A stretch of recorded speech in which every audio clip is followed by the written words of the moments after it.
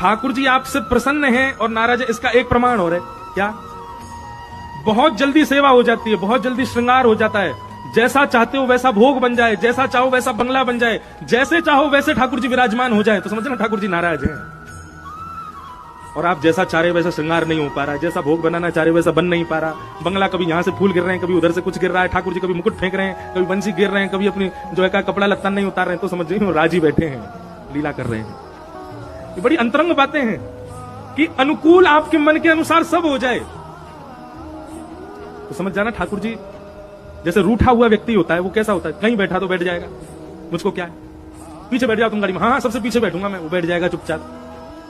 भोजन करोगे, बोले बिल्कुल मत कराओ, करा दो तो खा लेगा, नहीं कराओ तो बिल्कुल नहीं करा। रूठे हुए व्यक्ति की पहचान है, वो बहुत रूठ जाता है तो वो नक चढ़ा सा ऐसा ही हो जाता है, कहीं बैठा दो, कुछ खिला दो, खिलाओ मत, पूछो मत, वो मुंह फुलाए बैठा ही रहेगा। ऐसे ही ठाकुर जी जब नाराज होते हैं तो जहां बैठा तो बैठ जाएंगे, जैसा श्रृंगार कर तो करा लेंगे, जैसा बंगला बनाओ बनवा देंगे, जैसी थाली सजाओ सजवा देंगे। लेकिन ठाकुर जी जब प्रत्यक्ष विराजमान होते हैं और आपसे राजी होते हैं तो कुछ ना कुछ लीला करेंगे, कभी मुकुट फेंकेंगे, कभी कुंडल उतार के धर देंगे, कभी कुछ कर देंगे, कभी कुछ कर देंगे। तो इन सब लीलाओं को पहले तो लोग सोचते थे कि अपशगुन है, ठाकुर जी मुकुट उतार देते हैं, ठाकुर जी अपनी जो है नेत्र पधरा देते हैं नीचे, ठाकुर जी कभी अपना दुपट्टा गिर देते हैं, और कुछ नहीं तो महाराज कईयों के लड्डू गोपाल तो लुढ़क ही जाते हैं, गिर ही जाते हैं, बैठा के गए, लौट के आए, भोग लेके तो लुढ़के पड़े। समझ जाओ ठाकुर जी आपसे राजी बैठे।